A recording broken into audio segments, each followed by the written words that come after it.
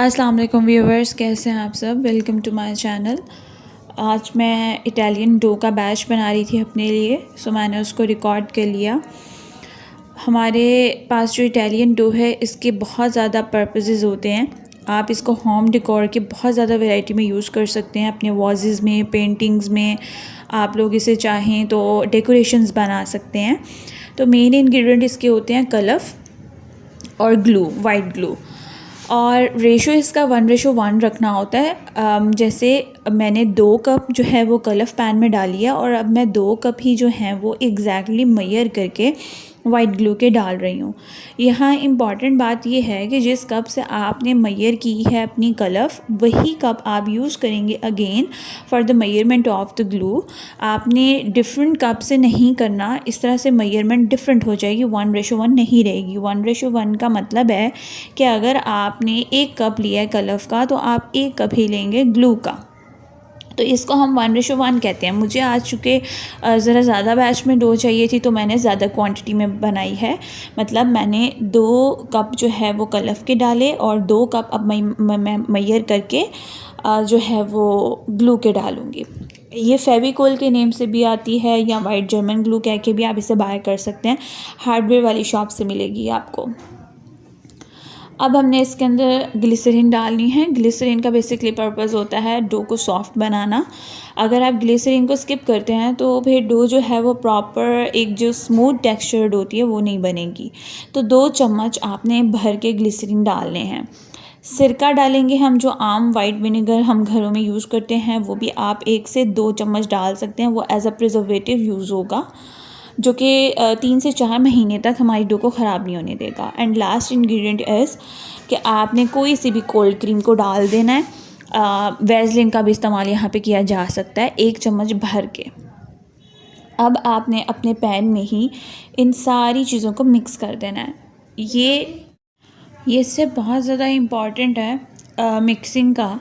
अक्सर जो लोग घर में बनाते हैं इटालियन डो और उनका बहुत ज़्यादा प्रॉब्लम आ जाता है कि या तो डो स्मूथ नहीं बन रही या बहुत ज़्यादा ड्राई हो गई है और क्रैक्स बहुत आ रहे हैं। तो उसकी मेन रीज़न ये होती है कि प्रॉपर मिक्सिंग स्टेप 2 पे हुई नहीं होती। तो आपने इस स्टेप को स्किप नहीं करना, प्रॉपरली हर चीज़ को आपने मिक्स करना है। जितनी अच्छी आपकी इस स्टेप पे मिक्सिंग होगी ना, आपका जो नेक्स्ट स्टेप कुकिंग का होगा वो उतना ही ज़्यादा स्मूथ जाएगा और डो का रिज़ल्ट भी आपका अच्छा आएगा। अब थर्ड स्टेप है इसकी कुकिंग करना। आपने अपने फ्लेम को बहुत ज़्यादा हाई पे भी नहीं रखना और बहुत ज़्यादा लो पे भी नहीं रखना। अगर फ्लेम बहुत ज़्यादा हाई होगा तो क्या होगा कि जो पार्ट डो का पैन की सरफेस के साथ चिपक रहा होगा ना, उसको तो हीट लगेगी, वो कुक हो जाएगा जल्दी। लेकिन जो अंदर आपका सारा ग्लू और कलफ होगा उस तक हीट नहीं पहुंचेगी। तो आपकी बेसिकली जो डो है वो बाहर से तो पक जाएगी और अंदर से रॉ रह जाएगी और रिज़ल्ट बहुत पैथेटिक होगा। आपकी सारी जो डो का बैच है वो ज़ाया जाएगा, मटेरियल भी आपका ज़ाया जाएगा। सो आपने मेक श्योर रखना है कि जो आपका फ्लेम है वो बस नॉर्मल सा हो, बहुत ज़्यादा भी ना हो और बहुत कम भी ना हो। अगर आपने दम वाली आंच रखी होगी या बहुत कम फ्लेम रखा होगा तो फिर आपका एक तो कुकिंग टाइम जो है वो बहुत ज़्यादा लॉन्ग हो जाएगा और सेकेंडली क्या होगा कि वो बहुत ज़्यादा स्टिकी डो बनेगी, जैसे कि ना ग्लू जो है वो प्रॉपर आप कह लें इवेपोरेट ही नहीं हुई होगी। तो आपने एक नॉर्मल सा जो है मीडियम फ्लेम रखना है अपने स्टोव का और कंटिन्यूसली, ये मैंने वुडन स्पून यहाँ पे भी यूज़ किया क्योंकि स्पैचुला से ये काम बहुत ज़्यादा मुश्किल हो जाता है।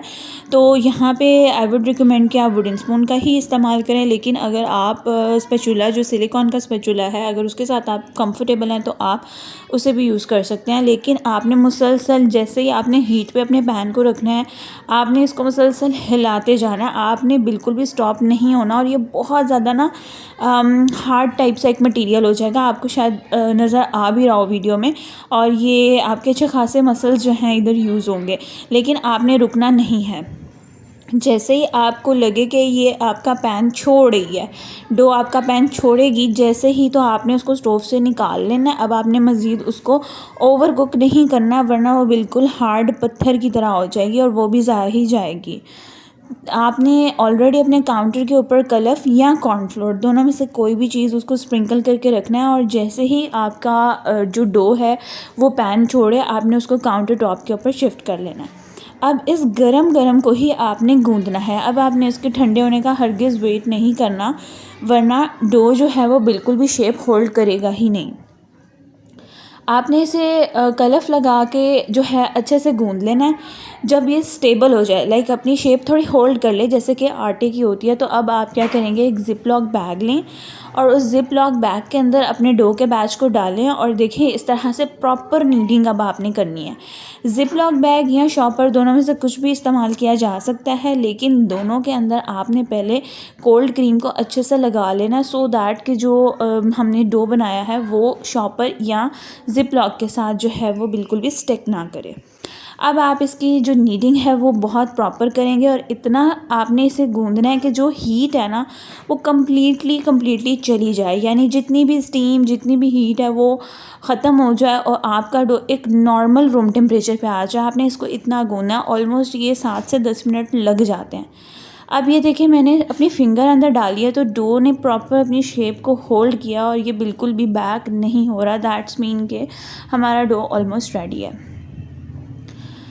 अब आप क्या करें, इसे अगेन अगर आपको लगे कि डो बहुत ज़्यादा हार्ड है, लाइक आपको पता चल जाएगा हाथ के प्रेशर से, तो आप कोल्ड क्रीम और लगा के इसे गूंद लें। और अगर आपको लगे बहुत ज़्यादा सॉफ्ट है, आपके हाथों से चिपचिपी हो रही है, फिर आप इसमें कॉर्नफ्लोर या कलफ का इस्तेमाल करेंगे।